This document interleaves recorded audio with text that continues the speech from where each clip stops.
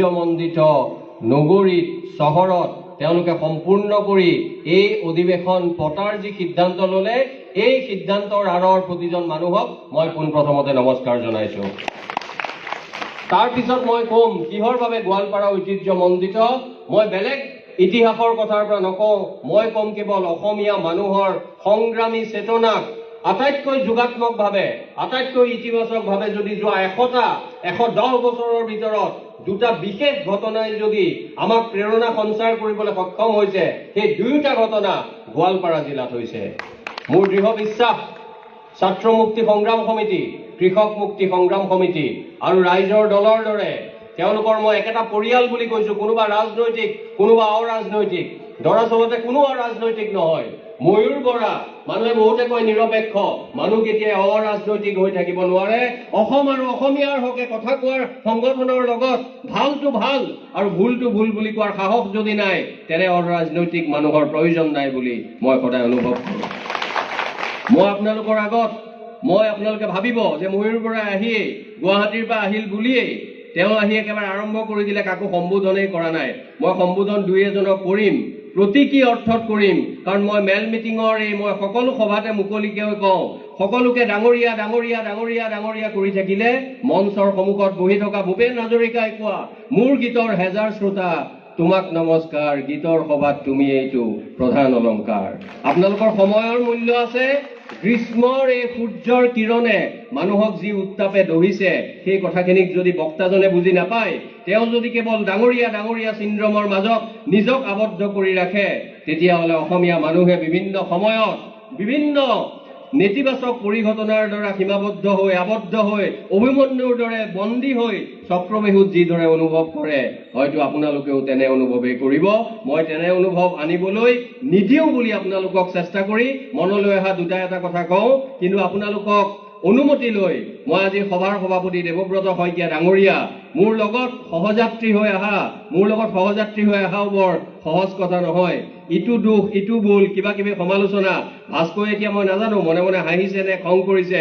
ভাস্কৰ শইকীয়া, আমি নতুনকৈ বন্ধুবৰ তিলক হাজৰিকা দেৱ আৰু মই কিছু কথা অলপ আগতে অনিন্দিতাক কৈছিলো, আৰু অনিন্দিতাই ভিতৰি ভিতৰি মোক গালি পাৰি আহিছিল। মই এতিয়া ৰাজহুৱাভাৱে কৈছো, মই যদি কৈছো অসমৰ নতুন তেজাল যুৱক যুৱতীৰ ওপৰত মোৰ বিশ্বাস আছে, আৰু অনাগত সময়ত অসম আৰু অসমীয়াৰ বাবে ভাল কৰাৰ যিটো প্ৰচেষ্টা সিদ্ধান্ত, সেইটো নতুন প্ৰজন্মৰ পৰাই ওলাব বুলি মই বিশ্বাস কৰো, আৰু সেইবাবেই মই তেনেকৈ কওঁ। আপোনালোকক ইয়াত বহি থকা প্ৰতিজন মানুহক নমস্কাৰ জনাইছো, প্ৰেক্ষাগৃহত থকা প্ৰতিজন মানুহক নমস্কাৰ জনাইছো। ভূপেন হাজৰিকাৰ প্ৰধান অলংকাৰ কেৱল প্ৰেক্ষাগৃহৰ আসনৰ কেইজনেই নহয়, আমাৰ ইয়াত যিসকলে আসন অলংকৃত কৰিছে প্ৰতিগৰাকীয়ে মই ভাবো সম অধিকাৰ সম মৰ্যাদাৰ কথা আমি যেতিয়া কওঁ, প্ৰতিজন মানুহেই সমান, আৰু মাউঞ্চত মাইকটো পালেই মানুহ এজন বৰ ডাঙৰ হৈ যায় বুলি নাভাবিব। কাৰণ আমি সোমাই অহাৰ সময়তেই যিখিনি কথা মই শুনিলো, প্ৰতিটো কথাৰ লগত একমত হৈছো নে নাই সেইটো এটা বেলেগ প্ৰসংগ, কিন্তু ভূপেন হাজৰিকাই আন এটা গীতৰ মাজত কৈছিল যে মুমূৰ্ষু মানুহক জীৱনৰ বিদ্যুৎ যদি কিঞ্চিতো দিব পাৰা। এতিয়া যদি মানুহ বুলিলে আমি অসমীয়া মানে মোৰ অসমীয়া কেৱল ময়ূৰ বৰা, কোনোবা ইছলাম, কোনোবা অখিল গগৈ, কোনোবা শৰ্মা, এই তাৰ মাজত সীমাবদ্ধ নহয়। অসমক ভাল পোৱা, অসমৰ জাতি জনগোষ্ঠীক প্ৰাণ ভৰি ভাল পোৱা, অসমত বসবাস কৰা প্ৰতিটো খিলঞ্জীয়া জাতি জনগোষ্ঠী নাগৰিক, আৰু অসমক যি আপোন কৰি লৈছে, অসমৰ ভাষা সাহিত্য সংস্কৃতিয়ে যাক আপোন পাহৰা কৰে, অনুপ্ৰেৰণা কৰে, পৰিপূৰ্ণ কৰে, প্ৰতিজনেই মোৰ দৃষ্টিত অসমীয়া। তেনে সকলো অসমীয়াৰ ভিতৰত মই যদি অসমৰ মানুহ বুলি লওঁ, আমাৰ বিদ্যুৎ শইকীয়া কৃষক মুক্তি সংগ্ৰাম সমিতিয়ে তেওঁৰ যি জ্বালাময়ী ভাষণৰ মাজত মোৰ মনত পৰিছে ভূপেন হাজৰিকাই কোৱা মুমূৰ্ষু মানুহক জীৱনৰ বিদ্যুৎ কিঞ্চিতো যদি দিব পাৰা। আমাৰ বিদ্যুৎ শইকীয়াই এটা তেওঁ মানে মই যি ধৰণে আচলতে বিদ্যুতে কথাখিনি কৈ আছিল, যিমান হাত চাপৰি গোৱালপাৰাৰ মানুহে বা গোৱালপাৰাত সমবেত হোৱা মানুহে মাৰিব পাৰে বুলি ভাবিছিলো, মই কিন্তু সেইটোত অকমান আপোনালোকে গৰমৰ কাৰণে হয়তো নামাৰিলে। এতিয়া এটা হাত চাপৰি মাৰি বিদ্যুৎ শইকীয়াৰ কেতবোৰ কথাৰ লগত আপোনালোকে সহমৰ্মিতা প্ৰকাশ কৰক। বিদ্যুৎ শইকীয়াক মোৰ হাত চাপৰি আধামান মই মোৰ পাললৈ লৈ এতিয়া মোৰ মনত অহাৰ কথা কেইটামান ক'ব বিচাৰিছো। এই যে মুমূৰ্ষু মানুহক জীৱনৰ বিদ্যুৎ দিয়াৰ যিটো ৰূপকাত্মক কথা, এই কথাটোৰ লগত বৰ্তমান অসমৰ পৰিস্থিতি আৰু এই পৰিস্থিতিৰ মাজত বিভিন্ন সংগঠন থকাৰ সময়ত ছাত্ৰ মুক্তি সংগ্ৰাম সমিতি কিহৰ বাবে কিছু পৰিমাণে নিজা পৰিচয় বলিষ্ঠভাৱে যুক্তিসংগতভাৱে আবেগক নিলগাই থৈ কিহৰ বাবে কৰিবলৈ সম্পন্ন হৈছে এই কথাটো আমি নিজক সুধিবও লাগিব প্ৰয়োজন হলে আত্মসমালোচনা কৰিব লাগিব আনক সমালোচনা কৰাৰ লগতে আত্মসমালোচনা কৰাৰ অধিকাৰো কিন্তু মই ভাবো ছাত্ৰ মুক্তি সংগ্ৰাম সমিতিৰ আছে কাৰণ অনাগত সময়ত বা আগৰ সময়ত মই অখিল গগৈ ডাঙৰীয়াৰ লগত হোৱা মোৰ কিছু মতানৈক্য অখিল ডাঙৰীয়াৰ লগত হোৱা মোৰ ৰাজহুৱা মোৰ আহ্বান এই গোটেইবোৰ কথাৰ পৰা মই দেখিছো যে এইটো পৰিয়াল মানে ব্যক্তিগত পৰিয়ালৰ কথা কোৱা নাই এইটো সংগ্ৰামী ধাৰাত বিশ্বাস ৰখা পৰিয়ালটোৰ মাজত অসমৰ অন্যান্য সংগঠনতকৈ কিছু পৰিমাণে কিন্তু আত্মলোচনাৰ ভাৱ আছে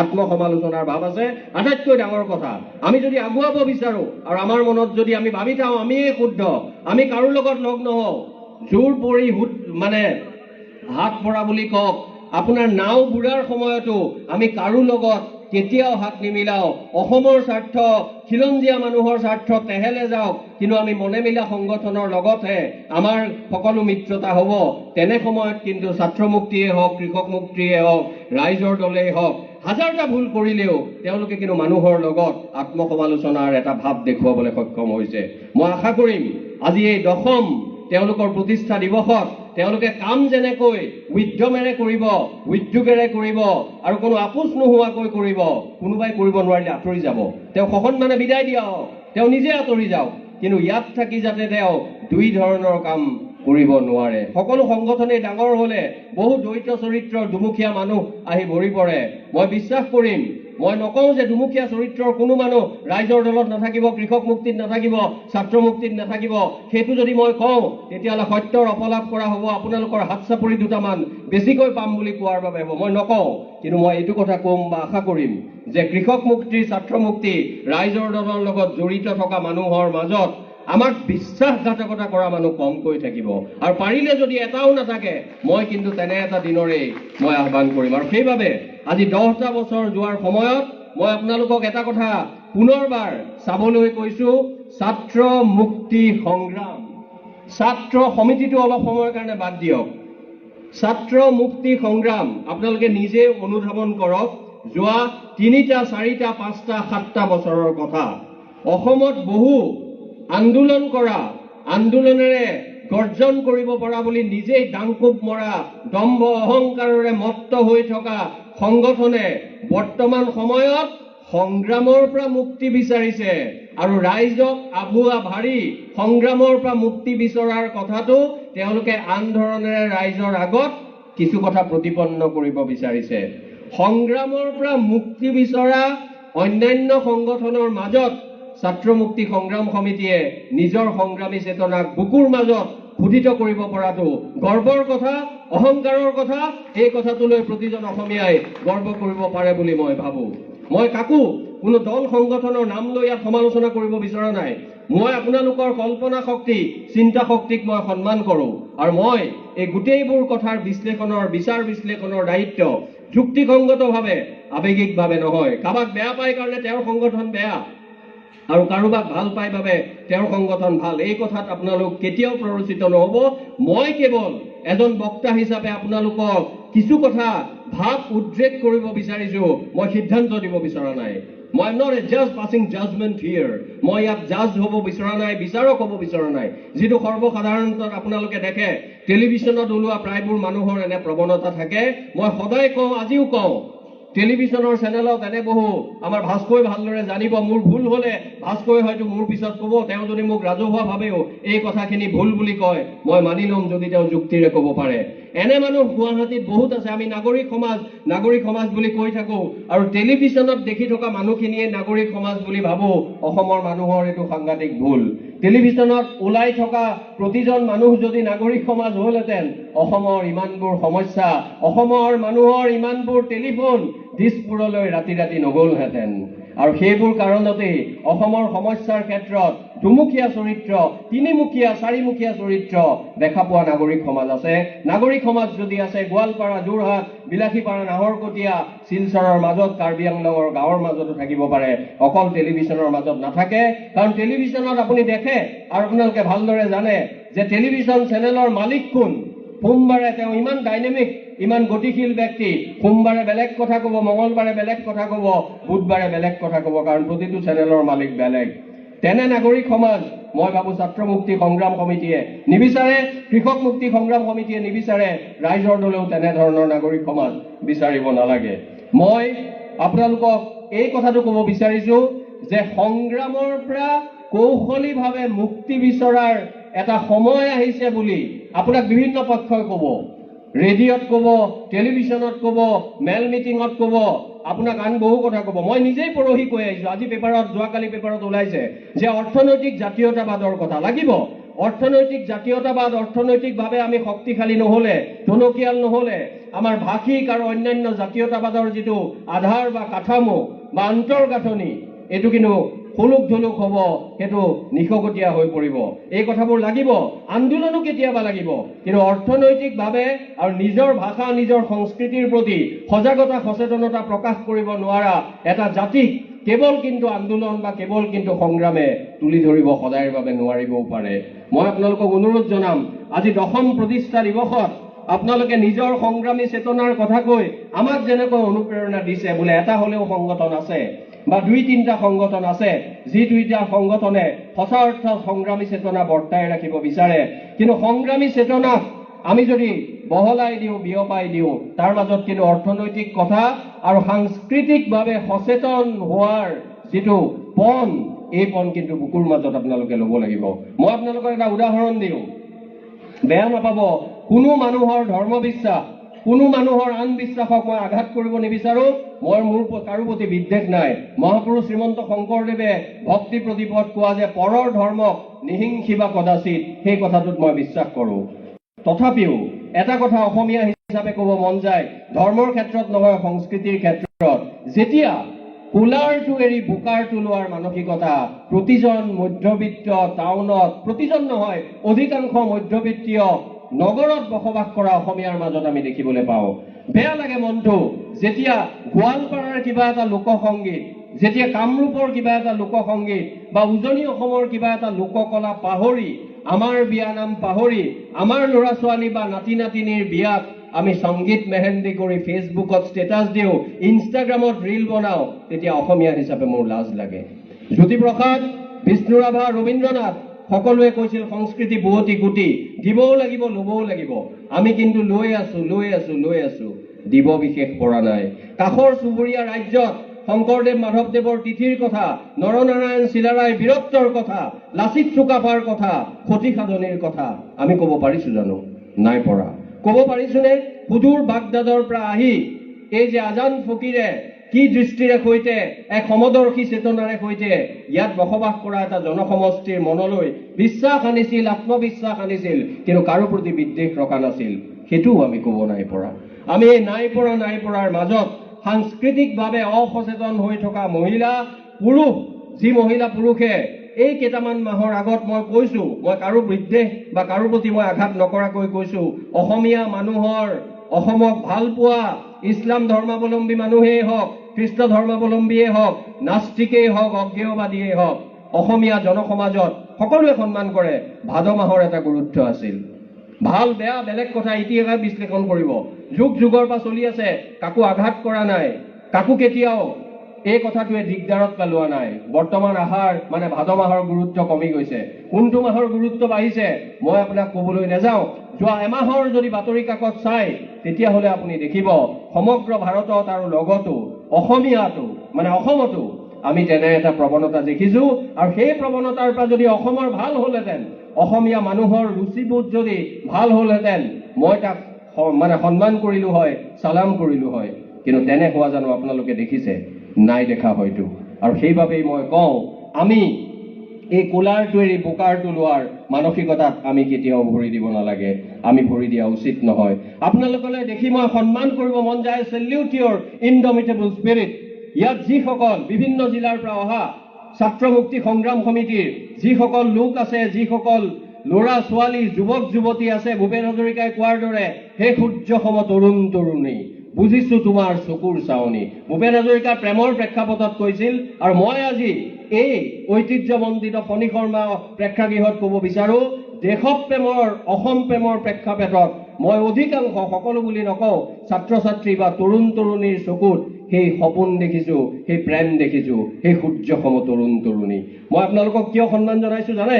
মই ইয়াৰ পৰা নিৰ্বাচন নেখেলোঁ। মই এইটো কাৰণে সন্মান জনোৱা নাই যে মোৰ লগত 20জন মানুহে আহি চেলফি তোলক, মোক 50জন মানুহে ফেচবুকত ফ'ল' কৰক। চেলফি তুলিলে ফ'ল' কৰিলেও মোৰ আপত্তি নাই, কিন্তু মই সন্মান জনাইছোঁ এই কাৰণত আপোনালোকে ভাবি চাওক, যিটো সময়ত বিভিন্ন ৰাজনৈতিক দলৰ আশীৰ্বাদ পুষ্ট ছাত্ৰ সংগঠনৰ নেতাই বিভিন্ন ঠাইত বহি এয়াৰ কণ্ডিশ্যন ৰুমৰ মাজত আমি কোনটো কণ্ট্ৰেক্ট কৰিলে কোনটো পইচা বেছি পাম, কোনটো কণ্ট্ৰেক্ট কৰিলে আমাৰ পইচা বেছিকৈ আহিব, অন্যান্য কামত লিপ্ত হৈ থাকিব পাৰিম, তেনে সময়ত সমগ্ৰ অসমৰ পৰা আপোনালোক আহিছে। হয়তো গাখীৰ ধন ভাঙি আহিছে, হয়তো বাইকত তেল ভৰাবলৈ আপোনালোকৰ দিগদাৰ হৈছে, তথাপিও আপোনালোকে আহিছে, কাৰণ অসম আৰু অসমীয়াক আপোনালোকে ভাল পায়, আৰু সেইবাবেই মই জনাইছোঁ। আৰু সেইবাবেই আপোনালোকক এইখিনি ৰাজহুৱাভাৱে, এইটো কোনো স্বীকৃতি নহয়, এইটো সঁচা কথা। সঁচা কথা মুকলিকৈ কোৱাটো কোনো স্বীকৃতি বুলি ক'লে it has got lot of patronizing connotations. মই নাভাবোঁ এইটো স্বীকৃতি দিয়াৰ ধৃষ্টতা ময়ূৰ বৰাৰ দৰে এজন মানুহৰ নাই, কিন্তু এইটো এটা ষ্টেটমেণ্ট অফ ফেক্ট। মই বিশ্বাস কৰোঁ, মই কোনো ৰাজনৈতিক দলৰ নামো লোৱা নাই, কিন্তু ডাঙৰ ৰাজনৈতিক দলৰ আশীৰ্বাদ পুত্ৰ নেতাৰ সকলো নহ'লেও একাংশ ছাত্ৰ নেতাই যেতিয়া বেলেগ কথাত ব্যস্ত থাকে, আপোনালোক হয়তো নিজৰ ঘৰৰ জুহালৰ জুই, পেট্ৰলৰ বা বাইকৰ পেট্ৰল, ভণ্টিৰ এডমিশ্যন, মাৰ অসুখ, গুৱাহাটীলৈ বা ডিব্ৰুগড়লৈ নি চিকিৎসা কৰিব লাগে, এইখিনি সমস্যাৰ পিছত ছেমিষ্টাৰ ছিষ্টেমত পঢ়িব লাগে, অধ্যাপক ভাইচ চেঞ্চেলৰৰ নানান ধৰণৰ চাপ থাকে, তাৰ মাজতো অসমৰ প্ৰতি থকা আপোনাৰ প্ৰেমক আপোনালোকে নিস্তেজ হ'ব দিয়া নাই। আৰু নিস্তেজ হ'ব নিদিয়া সময়ত মই আপোনালোকক সতেজভাৱে মই আপোনালোকক সন্মান জনাওঁ। আৰু মই ভাবোঁ এনেধৰণে নহয়, আপোনালোকে নিজেই নিজক যেতিয়া হাত চাপৰি মাৰিব তেতিয়া ইমান নিস্তেজ হ'লে নহ'ব। সতেজভাৱে, সজীৱভাৱে নিজক প্ৰেৰণা সঞ্চাৰ কৰিব পৰাকৈ আপোনালোকে অকণমান হাত চাপৰি মাৰক। আৰু ময়ো বৰ চিৰিয়াছ কথা কৈ আছোঁ, মই মাজে মাজে ধেমালিও কৰোঁ, ময়ো মাজত কথাখিনি ভাবি ল'লোঁ, হেপ ঢুকি ল'লোঁ, পানী দিয়া নাই যদিও দৰকাৰ হ'লে পানীটো আনি খাই ল'ম। তাৰপিছত মই কেইটামান কথা অৱতাৰণা কৰি আৰু দীঘলীয়া বক্তৃতা মই নিদিওঁ।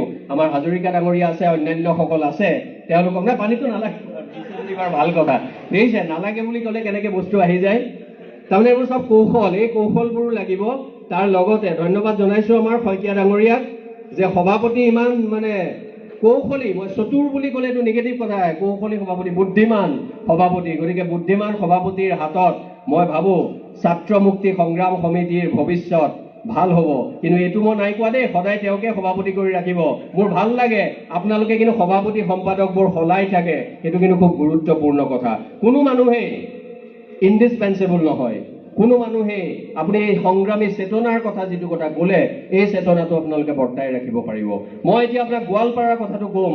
আমাৰ দাস ডাঙৰীয়াই এটা দুখ কৰি কৈছিল, আৰু সেইবাবেই মই গোৱালপাৰাৰ কথাটো হঠাৎ মোৰ মনলৈ আহিল। অসম সাহিত্য সভাক লৈ বিভিন্ন কথাত বিতৰ্ক আজি 10 বছৰ 20 বছৰ ধৰি হৈ আছে।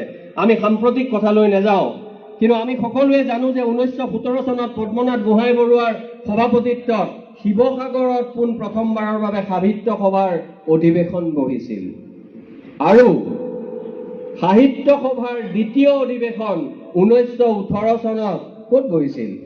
এইখন গোৱালপাৰা। গতিকে গোৱালপাৰা বৌদ্ধিকভাৱে সাংস্কৃতিকভাৱে অনুন্নত বুলি ভাবিলেও আপুনি কিন্তু সেই ভাৱনাৰ দ্বাৰা আক্ৰান্ত হৈ নিজক কিন্তু আপুনি সীমাবদ্ধ বা আবদ্ধ নকৰিব। ইয়াত বহুবাৰ সাহিত্য সভাৰ অধিৱেশন হৈছে। এবাৰ তৰুণৰাম ফুকন দেশভক্ত, বোধ কৰোঁ 7ম নে 8ম, তেওঁ ইয়াত সভাপতি হৈছিল। আৰু মই সাহিত্য সভাৰ কথাটো বাদ দিলোঁ, মই এটা উদাহৰণ দিছোঁ। আৰম্ভণিৰ সময়ত শিৱসাগৰৰ পিছত গোৱালপাৰাত হৈছিল।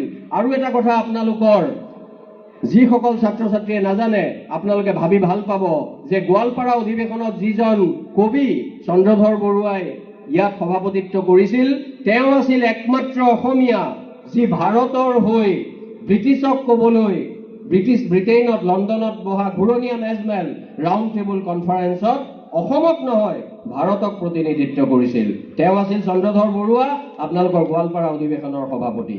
এই দুটা কথাও তুলনামূলকভাৱে গৌণ। মই এতিয়া আহোঁ আন্দোলনৰ কথা। মোৰ খুৰা মাধ্যম আন্দোলনত শ্বহীদ হৈছিল। তথাপিও মই মাধ্যম আন্দোলনৰ কিছু ত্ৰুটি বিচ্যুতি সমালোচনা কৰোঁ। অসম আন্দোলনক অসমৰ এই যে প্ৰান্তীয় এটা জাতীয় জনগোষ্ঠীৰ এক বহুদিনীয়া ক্ষোভ আৰু হতাশাৰ এক স্বতঃস্ফূৰ্ত বহিঃপ্ৰকাশ বুলি ভাবোঁ। কিন্তু অসম আন্দোলন বুলি ক'লে আমি শ্বহীদক যেনেকৈ সোঁৱৰো, একে সময়তে কিন্তু অসম আন্দোলনৰ সময়ত হোৱা নেলি গহপুৰ চমৰীয়াৰ কথাবোৰো কিন্তু আমি মনত ৰাখিব লাগিব। নহ'লে আমাক একপক্ষীয় বুলি ক'ব, আমি একপক্ষীয় ইতিহাসৰ ছাত্ৰ হিচাপে হ'ব নোৱাৰোঁ। সেইবোৰ অসম আন্দোলনৰ ইমান সাম্প্ৰতিক ঘটনা বুলি কৈছোঁ নাযাওঁ। মই গোৱালপাৰালৈ আহিছোঁ। গোৱালপাৰাৰ দুটা ঘটনা, যি দুটা ঘটনাই মই ভাবোঁ প্ৰতিজন ছাত্ৰ মুক্তি সংগ্ৰাম সমিতিৰ নেতাই তেওঁৰ বুকুৰ মাজত আজিৰ পৰা লৈ ল'ব। প্ৰথম কথাটো, গোৱালপাৰাত মানুহে ভালকৈ শুবও পাৰে।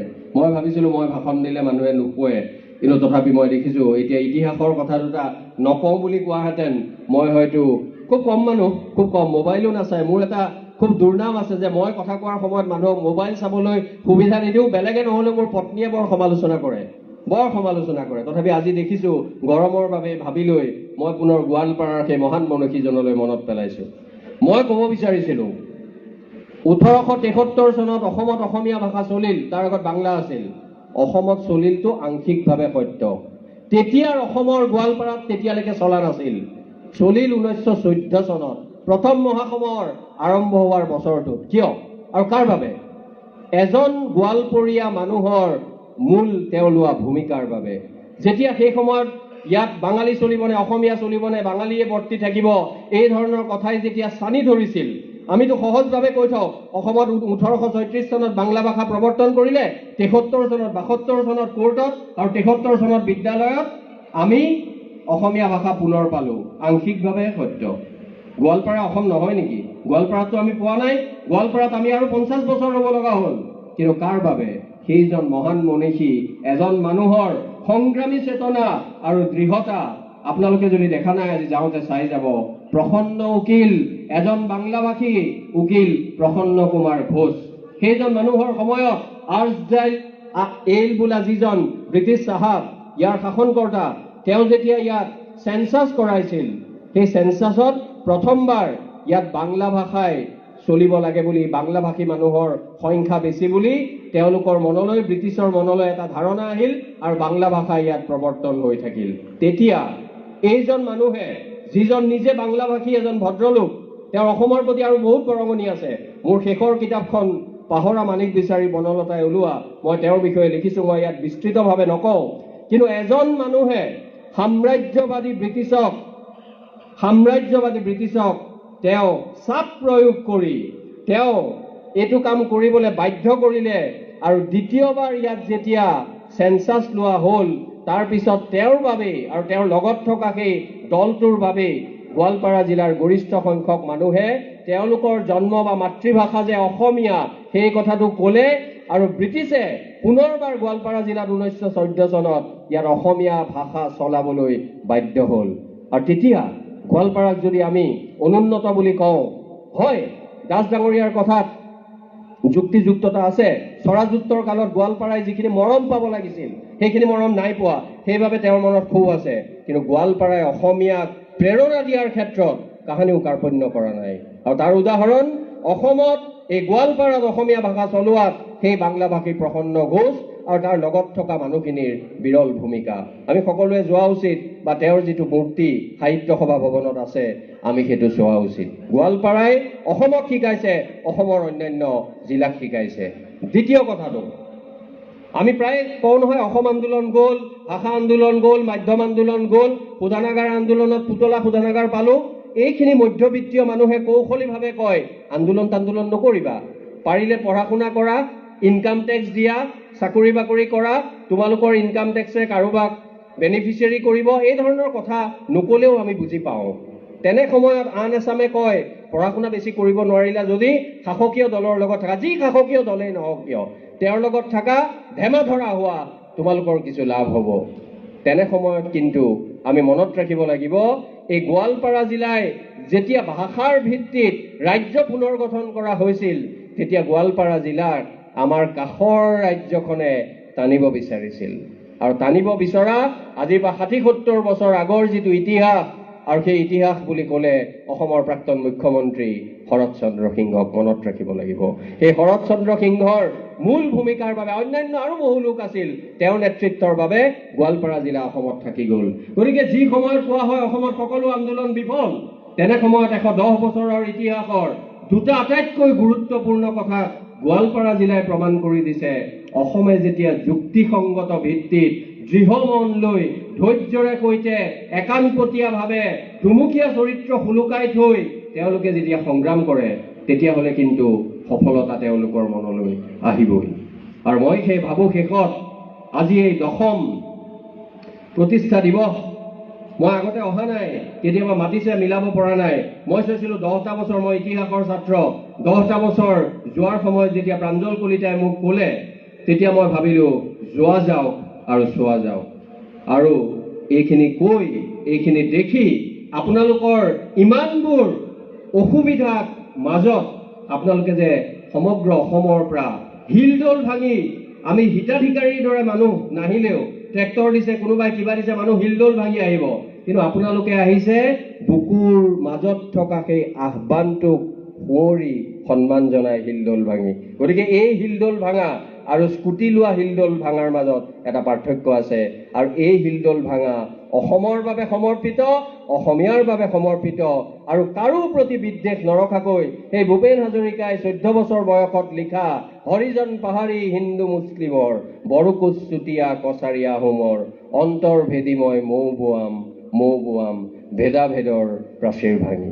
আজি ছাত্ৰ মুক্তি সংগ্ৰাম সমিতিয়ে 10ম প্ৰতিষ্ঠা দিৱসত তেওঁলোকক বেয়া পোৱা, তেওঁলোকক সমালোচনা কৰা, আৰু তেওঁলোকক মইতো কিছুমান কথা মুখামুখিকৈ কওঁ, বহু মানুহ আছে, বহু সংগঠন আছে, মুখৰ আগত একো নকয়, বেলেগৰ আগত সমালোচনা কৰে, আমাৰ ঘৰুৱা ভাষাত কয় গেলাই দিয়া বুলি কয় যে, তেনেকুৱা সংগঠন কোন কিয় জানিলে, কিন্তু তথাপিও তেনেকুৱা সংগঠনকো অস্পৃশ্য বুলি নাভাবিব, ভালখিনি তেওঁলোকৰ পৰা গ্ৰহণ কৰক। আৰু যিসকলে নিৰন্তৰভাৱে কেৱল সমালোচনা আৰু আপোনালোকক ক্ষতি কৰিব বিচাৰিছে, তেওঁলোকক আওকাণ কৰি আপোনালোক কেৱল আগবাঢ়ক এই পোহৰমুখী যাত্ৰা। এই পোহৰমুখী যাত্ৰাৰ মূল কাণ্ডাৰী হওক ছাত্ৰ মুক্তি সংগ্ৰাম সমিতিৰ লগত জড়িত থকা তৰুণ তৰুণীৰ এই বৃহৎ দল। আৰু এই দলটোৱে বহুদিনৰ মূৰত বহু উৎকণ্ঠাৰে, উদ্বিগ্নতাৰে, নেতিবাচক চিন্তাৰে, হতাশাৰে, নিৰাশাৰে আমি যে ভাবি থাকো অসমত কেতিয়াকৈ সুদিন আহিব, পুনৰ অসমৰ প্ৰতিশ্ৰুতি নিদিব। পুনৰ অসম নালাগে, আমাৰ পুনৰ আগৰ অসমখন, চুকাফা, নৰনাৰায়ণ, শংকৰদেৱ, মাধৱদেৱ, আজান পীৰৰ অসমখন এই বিদ্বেষ নৰখাকৈ, হিংসা নৰখাকৈ আপোনালোকে দিয়ক। আৰু নাগৰিক হিচাপে ভাৰতীয় সংবিধানে আপোনালোকক যিখিনি অধিকাৰ দিছে, অধিকাৰ হৃদয়ংগম কৰি, নিজৰ দায়িত্ব কৰ্তব্যও হৃদয়ংগম কৰি আপোনালোকে অসমৰ প্ৰতি কাম আগবঢ়াওক। আৰু সেইখিনিয়ে হ'ব অসমৰ এই মুমূৰ্ষু মানুহৰ জীৱনৰ বিদ্যুৎ। আজি অসমখনৰ যিমান বয়স হ'ল স্বাধীনতাৰ পিছত, মই ভাবো কিছু বিদ্যুৎ লগা হৈছে, সেইখিনি বিদ্যুৎ আপোনালোকে নিজৰ পৰা দিব, আৰু নিজক ভাল পোৱা সংগঠন কৃষক মুক্তিৰ বিদ্যুৎ শইকীয়াৰ পৰা উদ্ধাৰ কৰিব, আৰু দৰকাৰ হলে ৰাইজৰ দলৰ পৰা উদ্ধাৰ কৰিব, আৰু আটাইতকৈ দৰকাৰ কাষত থকা সমাজখনৰ পৰা উদ্ধাৰ কৰিব। এইটো ধাৰৰ, এই ধাৰ মাৰিব নালাগে। তেনেকে ধাৰ দি গাঁৱৰ সেই নদাই ভদাই বুলি আমি যে আওকাণ কৰা মানুহেও তেওঁলোকৰ মনত এটা আনন্দ পাব, কাৰণ সকলো মানুহক আনন্দ দিবৰ যিটো প্ৰয়াস, সেই প্ৰয়াস লোৱাৰ যদি পণ, সেই পণটো এতিয়াই। মোৰ বিশ্বাস আপোনালোকে ল'ব, মোৰ বিশ্বাস আপোনালোকে চেষ্টা কৰিব। ধন্যবাদ।